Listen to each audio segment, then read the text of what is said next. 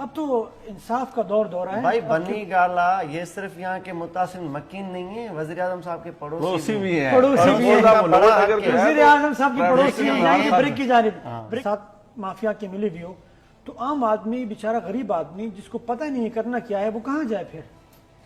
دیکھیں ہمارے معاشرے کا اور ہماری حکومتوں کا یہ بدقسمت سے المیہ رہا ہے کہ چور کو چوکیدار لگاتے ہیں۔ اب میں سندھ کی بات کروں، اگر سندھ کی دل کراچی کی بات کروں، 106 تھانے، میں چیلنج کرتا ہوں کہ ایک بھی مجھے کوئی ایسے چور دکھائیں جس کا کوئی پیچی ریکارڈ نہ ہو، وہاں پر لگوانے والے بھی لینڈ گریبرز ہیں۔ اب لینڈ گریبر کوئی انڈیویجولز نہیں ہیں، ان کے ساتھ ایم پی ایز، ان کے ساتھ ایم این ایز، ہمارے پاس ماضی قریب میں جو مثالیں ہیں، میں جیل میں تھا، جتنے بھی نیب کے قیدی آئے، سابق جو ایم کیم لندن تھی، Sindh building control authority in کے پاس تھی، اس وقت وہ تھا کے بی سی ہے، کراچی بلڈنگ کنٹرول اتھارٹی، کے ڈی ان کے پاس تھا، ماسٹر پلان ان کے پاس تھا، یعنی چائنا کٹنگ میں اپنے گھروں کے گھر تباہ کر دیے۔ بالکل، تو اب وہ بھگت تو رہے ہیں، لیکن بلڈنگیں تو وہ غیر قانونی قائم ہیں۔ بالکل، اب کیا ہے کہ جو بھی تھانہ ہے، چاہے سندھ کی دل کراچی ہو، سکھر ہو، جیکب آباد ہو، دادو ٹھٹھا، وہ ایس ایچ او لگوانے والے بھی وہ ایم پی ایز ہیں، ایس ایچ او کو بٹھانے والے بھی ہیں۔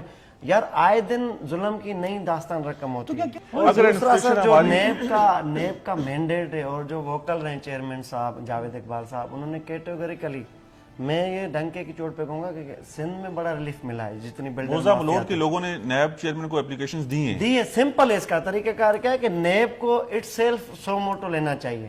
چیئرمین صاحب اگر امپارشلٹی کی بات کرتے ہیں تو ان کو نہیں پتا ہے سوسائٹی کس کی ہے، وہ ان کے شکنجے سے ابھی باعزت طریقے سے ضمانت لیے، پھر ان کو پھولوں کی پتیاں، ہمارا المیہ یہ ہے کہ بھائی قبضہ مافیا کو ہم سینے پہ لگا کے گاڑی کے اوپر نکال کے پھولوں کی پتیاں نثار کرتے ہیں، وہ کتنا باثر ہے۔ یہ بنی گالا میں کس کی ہے سوسائٹی ہے؟ اب آپ بھی نام نہیں لوگے، میں بھی نہیں لوں گا، کیونکہ پھر مجھے بھی خریدنے کی کوشش کی جائے گی۔ تو اس لیے نیب از ٹوٹلی اویئر۔ نہیں، ہم اس لیے نام لینا چاہ رہے کہ ہمیں ڈرے کہیں آپ دوبارہ جیل نہ چلے جائیں۔ اچھا ٹھیک ہے، دوسری بات، اور وزیر اعظم صاحب کو چاہیے کہ بھائی یہ آپ کے بغل میں کام ہو رہا ہے، پورا پڑوس میں، یہ پڑوس میں ہو رہا ہے، آپ کی ناک کے نیچے ہو رہا پڑوسیوں کا حق زیادہ ہے، اور ہوتا ہے، کرنے والا کوئی اور نہیں ہے۔ چلو میں بھی اشارتاً بتا دیتا ہوں، وہ بھی آپ کا بندہ ہے جو نیب کا اکیوز ہے، آپ کے ارد گرد بیٹھے ہوئے لوگ ہیں۔ بالکل ایک آئیو کا کام ہے، آئیو نے کرنا ہے مسئلہ حل۔ استاد یہ بتائیے کہ آپ کیا سمجھتے ہیں، یہ خالصتاً رشوت کا گیم ہوتا ہے یا نااہلی کہیں ہوتی ہے اور اس کا لوگ فائدہ اٹھاتے ہیں؟ دیکھیں، کیونکہ کمشنر صاحب سے بھی اسی میں بات ہوئی ہے سر، مدعے کمزور ہوتا ہے۔ اب ان لوگوں کی داد رسی تب تک نہیں ہوگی جب تک اپوزیشن نہیں کھیلے گی اس کے اوپر۔ بنی گالا کا پڑوسی، عمران خان کا پڑوسی، اس کے ساتھ یہ کچھ ہو رہا ہے، ووٹر بھی اس کا ہی ہے۔ بالکل، انہوں نے کہا اوورسیز والا بندہ تو ان کے مدعو کرنے پر آیا یار، یہاں پر 2000 سے آنے یہ اس کا پلاٹ ہے۔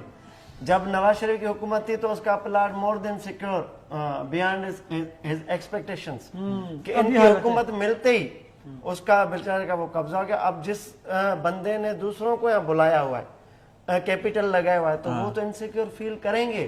اب بلاول بھٹو کو چاہیے کہ جس طرح یہ لاڑکانہ کھیلتے، بنی گالا کا نوالا آپ کو خیبر ٹی وی دے رہا ہے۔ اچھا، اور یہ شخص جب اپنی عزیز و اقارب سے گفتگو کرے گا تو ظاہری باتیں بتاتا ہوگا کہ بھائی میرے ساتھ یہ ہوا ہے، خدا کے لیے بتاؤ۔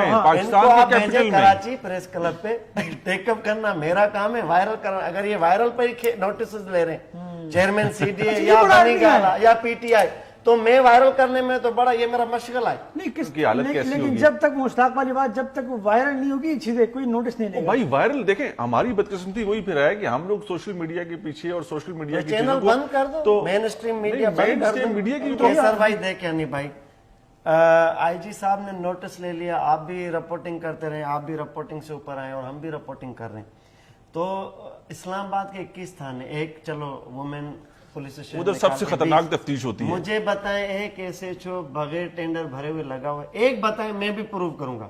20 تھانے دار لگے ہوئے ہیں، 20 ٹینڈر بھر کے ہیں، ٹینڈر بھر کے ہیں، پیسے دے کر آئے، سب کو نہیں پتا۔ اور دوسری بات، یہاں پر 20 تھانوں کے جو جوریڈکشن ہے، آپ اپنے گھر کا جائز کام کریں، 2-4 بلاکس رکھیں، دیکھیں کیسے پولیس پہنچ جاتی ہے آپ کا وہ گرانے، بولے کہ بھائی ہمارے پاس آئے ہو، پیسے دیے ہمیں، پرمیشن لی ہم سے۔ یعنی آپ جائز کنسٹرکشن کریں گے تو 2-3 موبائلیں کھڑی جاتی ہے، ایسے صاحب نے بھیجا ہے، آپ چلیں تھانے۔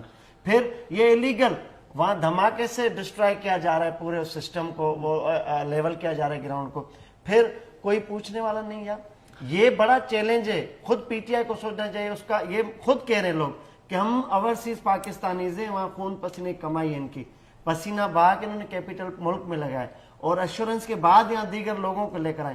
تو عمران خان صاحب کو سوچنا چاہیے کہ یہ مدینے کی ریاست ہے یا لینڈ گریبروں کی جنت ہے. 2 روز پہلے موزہ ملوٹ بٹھایا خود ساختہ دنیا بنائی ہے, واہ واہ ہاں، واہ, واہ، میں واہ، جیتے. بالکل. یہ 15 منٹ کی بھی ڈرائیو نہیں ہوگی, آئی صاحب کی ریزیڈنس اور آفس سے یہ بالکل علاقہ. بالکل ایسا ہی بالکل. آپ جائیں سول ڈریس میں جا کے معائنہ کریں اگر کرنا چاہتے ہیں. ہاں، اگر بھائی کام جو کرنا کرنا چاہتا ہے اس کو یہ 100 کال رپورٹس نہیں چاہیے کہ کرنے کس نے. اور ہمیں روزانہ پریس ریلیز آ جاتی. اس میں پہلو وہ یہ ہے کہ جو مافیاز ہیں یہ صرف قبضہ مافیا کی شکل میں نہیں ہوتی بلکہ یہ ڈرگ مافیا, ان کا آپس میں ایک ملاپ اب یہ ہوتا ہے. کہنے پریس بھائی 2 کلو چرس پکڑی گئی اور جو 110 کلو چھوڑی گئی اس کی آتی ہے پریس ریلیز. یہ تو آپ اور میں شاباش خوش جی, ہوتے ہیں.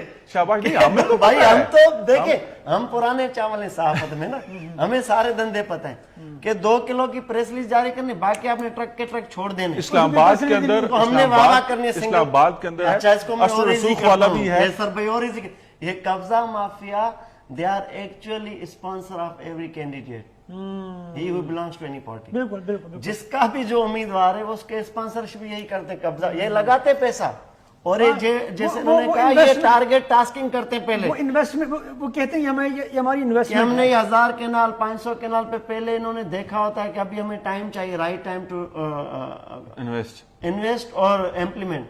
جب وہ دیکھتے ہیں کہ یہ خالی زمین پڑی اور یہ حنیف کی, حنیف نے کبھی آنا نہیں ہے, ہم نے اسلحہ نکالنا. حنیف بھائی میرے اسلام آباد کی بات نہ کرتا, اسلام آباد پہلے بھی ایگزسٹ کرتا تھا, پی ٹی آئی کے حکم میں ہو رہا ہے. یہ بڑی اہم بات نہیں, یہ بڑی اہم بات کریں پی ٹی آئی موجودہ, یہ ذمہ دار ہیں خان صاحب اور یہاں کے جتنے بھی اعلیٰ حکام ہیں, ان کو آگے جا کے قبر میں حساب دینا ہوگا. مشتاق خان صاحب کے کرنے والا کون ہے, تھوڑا دیکھیں بھی کیوں کریں گے, ان کو کیا جرت اور طاقت ہے بھائی.